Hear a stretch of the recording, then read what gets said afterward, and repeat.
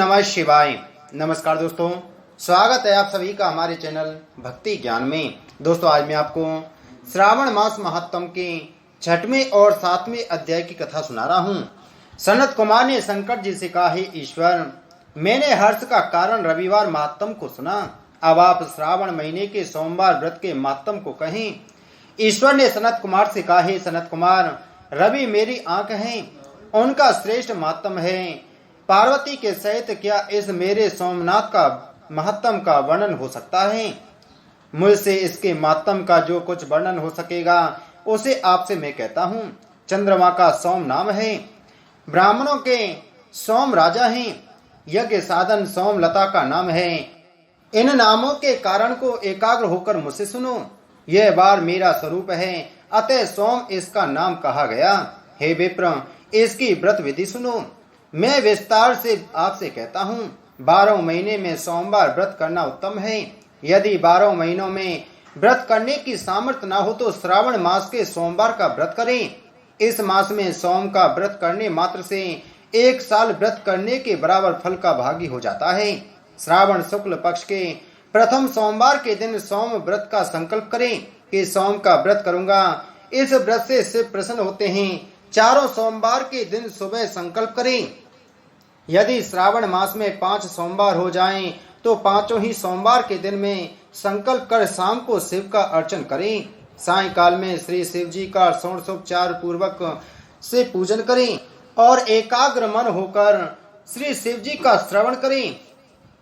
मैं इस सोमवार व्रत विधि को कहता हूँ, आप सुनो। श्रावण महीने के पहले सोमवार का उत्तम व्रत नियम को ग्रहण करें। अच्छे प्रकार नहाकर शुद्ध हो सफेद वस्त्र ग्रहण कर काम, क्रोध, अहंकार, द्वेष, चुगलखोरी आदि का त्याग करें। मालती, मल्ल आदि सफेद पुष्प तथा नाना प्रकार के पुष्प और अभीष्ट उपचारों से मूल मंत्र नमः शिवाय का त्र्यंबकम मंत्र से अर्चन करें। कहे कि सर्वभव नाशन महादेव का मैं ध्यान करता हूँ। उग्रनाथ शिव शशि मौली का ध्यान करता हूँ। रुद्र नीलकंठ शिव भवहारी का ध्यान करता हूँ। इसी प्रकार देवेश का मनोहर उपचारों से अर्चन करें तथा अपने वित्त के अनुसार इस व्रत को जो करता है उसके पुण्य फल को सुनो। सोमवार के दिन पार्वती के सहित शिव का अर्चन जो करते हैं वे प्राणी पुनरावृत्ति से रहित दुर्लभ लोक प्राप्त कर लेते हैं। इस महीने में नक्त व्रत के पुण्य को संक्षेप मात्र से कहता हूँ। देव तथा दानवों के 7 जन्म अवैध जो पाप हैं वे सब नक्त भोजन से नष्ट होते हैं। इसमें कोई विचार न करें। इस उत्तम व्रत को उपवास द्वारा करें। पुत्रेच्छा वाला पुत्र और धनेच्छा वाला धन प्राप्त कर लेता है। प्राणी जिस वस्तु की इच्छा कर लेता है उसे वह फल प्राप्त हो जाता है। इस लोक में बहुत समय तक रहकर अपने इष्ट भोग पदार्थ को भोग अंत में उत्तम विमान द्वारा रुद्र लोक में जाकर पूजित हो जाता है। मन, धन और जीवन को चलाएं मान जानकर प्रयत्न से व्रतोद्यापन करें। धन सठता को छोड़कर स्वशक्ति अनुसार चांदी के वृषभ पर स्थित उमा महेश्वर की प्रतिमा बनवावे। सुंदर लिंग तो भद्र मंडल बनाकर उस पर घट को स्थापित करें। 2 सफेद वस्त्र से ढकें। घड़े के ऊपर तांबे या बांस का पात्र रखकर उसके ऊपर पार्वती के सहित शिव जी की प्रतिमा रखें। श्रुति, स्मृति और पौराणिक मंत्रों से शिव का अर्चन करें। पुष्प का मंडप बनाकर उसके ऊपर एक रमणीक चंदव बांध दें। रात के समय गीत तथा वाद शब्द द्वारा जागरण करें। अपने ग्रह सूत्र विधान द्वारा बुद्धिमान अग्नि का स्थापना सर्व भवनाश आदि 11 नाम से करें। पलाश की लकड़ी से 108 आहुति दें। यव, व्रीहि, तिल आदि द्वारा आभ्यायस्व इस मंत्र से हवन करें। पूर्ण आहुति कर्म कर स्विष्ट कृत आदि आहुति करें। आचार्य का पूजन अर्चन कर गौ आचार्य को दें।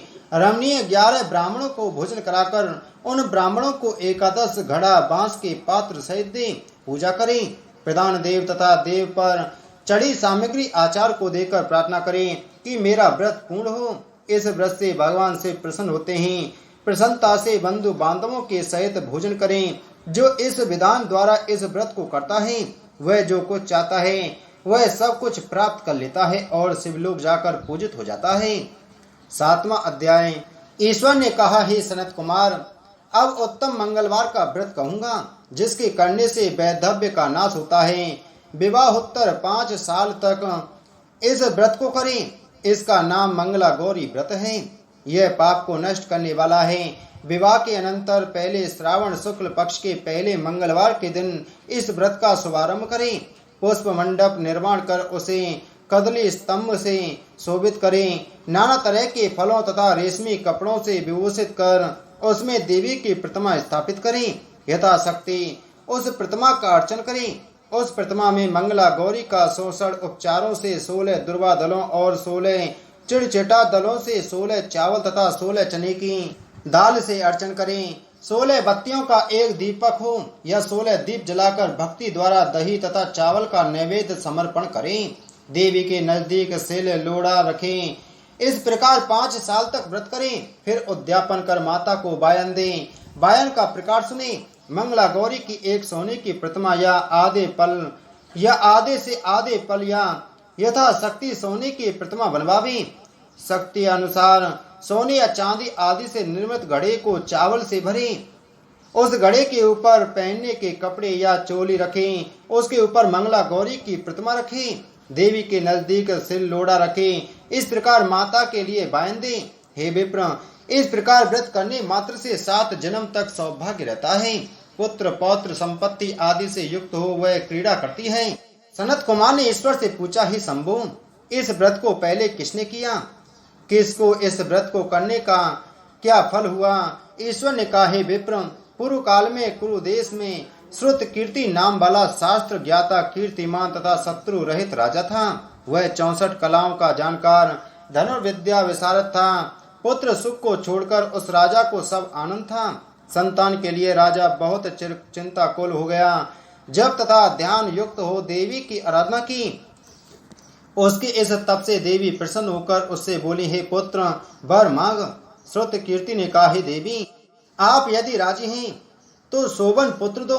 हे देवी, आपके कृपा रूप प्रसाद से किसी अन्य चीज की कमी नहीं है। राजा की ऐसी वाणी की सुन मंद मंद हंसती हुई देवी ने कहा, हे राजन, तुम दुर्लभ वस्तु की याचना मांगते हो, लेकिन कृपा कर तुमको पुत्र दूंगी। हे राजेंद्र, सुनो, पुत्र अत्यंत गुणी होगा, पर 16 साल से अधिक नहीं जीवेगा। यदि सुंदरता तथा विद्याहीन पुत्र होगा तो वह पुत्र बहुत समय तक जीवित रहेगा। देवी की वाणी सुन राजा चिंता करने लगा। उसने अपनी भार्या से विचार कर गुण वशिष्ठ संपूर्ण लक्षण युक्त 16 साल तक की आयु वाला पुत्र मांगा। देवी ने उस समय भक्त राजा को आज्ञा दी कि हे नूपनंदन, मेरे दरवाजे पर आम का पेड़ है। मेरी आज्ञा से उस आम के एक फल को लाकर अपनी पत्नी को खाने को दो। उसके खाने से उसी समय रानी निसंदेह गर्भ धारण करेगी। राजा ने प्रसन्न हो देवी की आज्ञा अनुसार अपनी पत्नी को आम्रफल दिया। उसके खाने से पत्नी ने गर्भ धारण किया। उससे 10वें महीने में देव तुल्य पुत्र पैदा हुआ। हर्ष शोक से संपन्न राजा ने उस पुत्र का जात कर्म आदि संस्कार कर दिया और शिव स्मरण करते हुए पिता ने उसका चिरायु नाम रखा। जिस समय उसे 16वां साल प्रारंभ हुआ, उसी दिन से सपत्नीक राजा को चिंता लगने लगी। राजा ने विचार किया कि यह पुत्र बड़े ही कष्ट से प्राप्त हुआ है। अपने समक्ष इसकी दुखद मृत्यु कैसे देखूंगा। अतः राजा ने पुत्र के मामा के साथ उसे काशी भेजने का प्रबंध किया। यशस्विनी राजपत्नी ने अपने भ्राता से कहा, तुम कारपटेक वेश धारण कर इस लड़के को काशी ले जाओ। मैंने पूर्व में पुत्र प्राप्ति के निमित्त भगवान मृत्युंजय की विनती की थी। हे विश्वेश, पुत्र को इसी समय ले जाओ। इसकी यत्न से रक्षा करना। वह अपनी बहन की वाणी सुनकर भांजे को साथ लेकर काशी गया। रास्ते में जाते हुए कई दिन बाद आनंद नगर पहुंचे।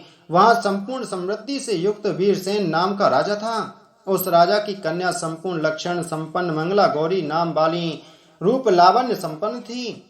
उस समय वह बालिका सखियों सहित अपने गांव के समीप रमणीय बगीचे में खेल रही थी। उसी समय राजपुत्र चिरायु तथा उसका मामा दोनों वहां पहुंच गए। वे दोनों बालिकाओं को देखने की इच्छा से ठहर गईं। इतने ही समय में क्रीड़ा करती हुई उन बालिकाओं में से एक बालिका क्रोधित हो अत्यंत कठिन दुर्वचन रंडा कहा।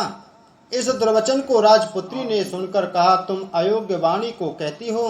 मेरे वंश में ऐसी स्त्री नहीं है।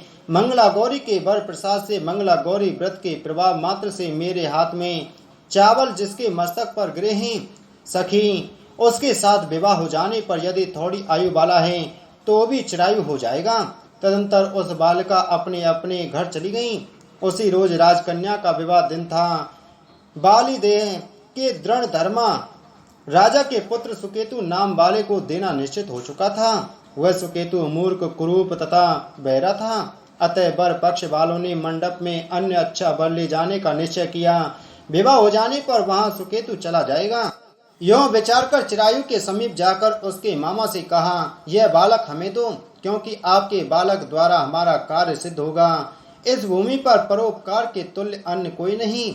यह वाणी श्रवण कर उसका मामा हृदय से राजी हुआ, क्योंकि उन्होंने पूर्व में बाटका में बालिका की वाणी सुनी थी। लेकिन वर पक्षीय जनों से कहा, आप लोग इस बालक को क्यों चाहते हैं?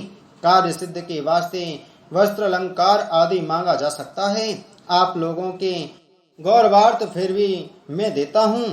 उन्होंने चिरायु को वहां ले जाकर विवाह कार्य सिद्ध किया। जब सप्तपदी आदि कार्य होने पर रात में गौरी शंकर के समीप वह चिरायु पुत्र सुप्रसन्न चित्त से राजकन्या मंगला गौरी के साथ सो गया। उसी रोज चिरायु का 16वां साल समाप्त था। उसी रात को सांप के रूप में काल वहां आया। इसी समय देव योग से राजकन्या उठ गई। वह सर्प को देख वह विह्वल कांपने लगी। उस समय धीरता से राजकन्या ने सांप की पूजा की। 16 उपचार से अर्चन कर पीने के लिए बहुत सा दूध दिया और दीन वाणी से उस सांप की स्तुति की। मंगला गौरी ने प्रार्थना की कि मैं उत्तम व्रत करूंगी, मेरे पतिदेव उस सर्प से जीवित हों, ऐसा कीजिए। इस समय उस सांप ने कमंडलू में प्रवेश किया। अपनी कंचली चोली से राजकन्या से उस कमंडलू का मुख बांधा। तदंतर उसके पतिदेव शरीर के अंगों को ऐंठते हुए जाकर उठे और अपनी पत्नी से कहा, हे प्रिय, मुझे भूख सता रही है। उसने माता के समीप जाकर पायस, लड्डू आदि लाकर पति को दिया। उसने प्रसन्नचित हो भोजन किया। हाथों को धोने के समय उसके हाथ से अंगूठी गिर गई। वह पान खाकर फिर सो गया। फिर वह राजपुत्री कमंडलू पात्र को फेंकने गई, लेकिन विधि विधान से बाहर जाने पर चमकते हुए हार की कांति देख विस्मय को प्राप्त हो गई। उस घट में स्थिर हार को अपने कंठ में धारण किया। कुछ रात अब शेष रही तो चिरायु का मामा उसे ले गया। चिरायु के जाने के बाद वर पक्षीय जन सुकेतु को ले गए। मंगला गौरी ने उस सुकेतु को देखा तो वह कहने लगी, यह मेरा स्वामी नहीं है। सभी वर पक्षीय महानुभाव राजकन्या से कहने लगे, हे सुबे, यह क्या कह रही हो? यदि कोई पहचान हो तो कहो।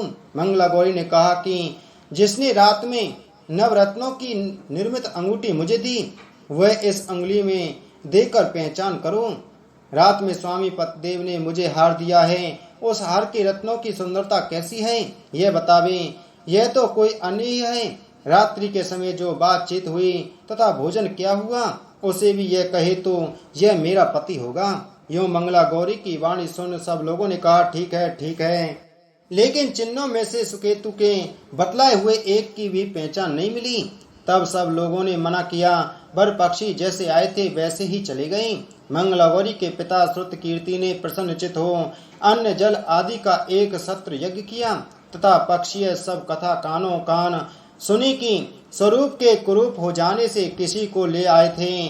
महल के बरामदे में चिग के भीतर कन्या को राजा ने बैठाया।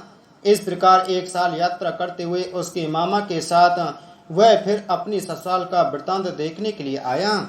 जब मंगला गौरी ने चिग के भीतर से उसे देखा तो लोकोत्तर प्रसन्न हो अपने माता पिता से कहा, मेरे पति आ गए। स्वदगणों को बुलाकर राजा ने पूर्व कहे हुए सारी पहचान देख पवित्र मुस्कान वाली पुत्री को चिरायु को दे दिया। शिष्य लोगों के सहित राजा ने विवाह उत्सव कर वस्त्राभरण आदि अश्व गज रथ तथा बहुत सी चीज दे दिया।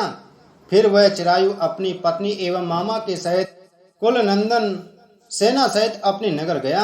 जब चिरायु के मामा और पिताजी ने प्राणियों के मुखारविंद से उसके आने का समाचार सुना तो विश्वास नहीं किया, क्योंकि भाग्य विपरीत कैसे हो सकता है।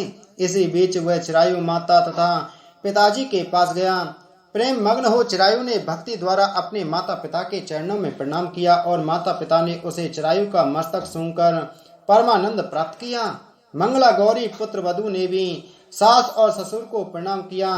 पुत्र वधु को सास ने अपनी गोदी में बैठाकर सब बात पूछी। हे मामने, मंगला गौरी पुत्र वधु ने श्रेष्ठ व्रत महात्म और जो कुछ इतिहास था सब कहा। शिव सनत कुमार से कहते हैं, हे सनत कुमार, इस मंगला गौरी व्रत को आपसे कहा, इसे जो सुनेगा या कीर्तन करेगा उसके सभी मनोरथ सिद्ध होंगे, इसमें संशय नहीं। इति श्री श्रावण मास महात्म 7वां अध्याय संपूर्ण। बोलो शिव शंकर भगवान की जय।